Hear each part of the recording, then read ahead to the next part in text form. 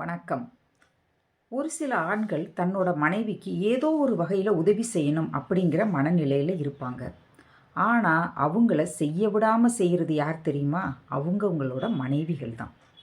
ஏன் அப்படி சொல்கிறேன் அப்படின்னா, அவங்களுக்கு ஏதோ ஒரு சுகம் இல்லை, இல்லை ஏதோ வெளியூருக்கு போய் ஏதோ ஒரு வேலையாயிருச்சு, ரொம்ப டயர்டாக வீட்டுக்கு வர்றாங்க அப்படின்னா, அந்த நேரத்தில் கணவனை கூப்பிட்டு கிச்சனில் போய் ஏதோ ஒரு வேலை, ஒரு க்ளீனிங் ஒர்க்கு, பாத்திரத்தை கழுவுறது, இல்லை அடுப்பை துடைக்கிறது, ஏதோ ஒரு வேலை செய்ய சொல்கிறாங்க அப்படின்னா, பின்னாடியே போய் அதே வேலையை திருப்பி செஞ்சுட்டு இது சரியில்லை அது சரியில்லை அப்படின்னு குத்தம் சொன்னால் கண்டிப்பாக அவங்க அடுத்த தடவை அந்த வேலையை செய்யவே மாட்டாங்க.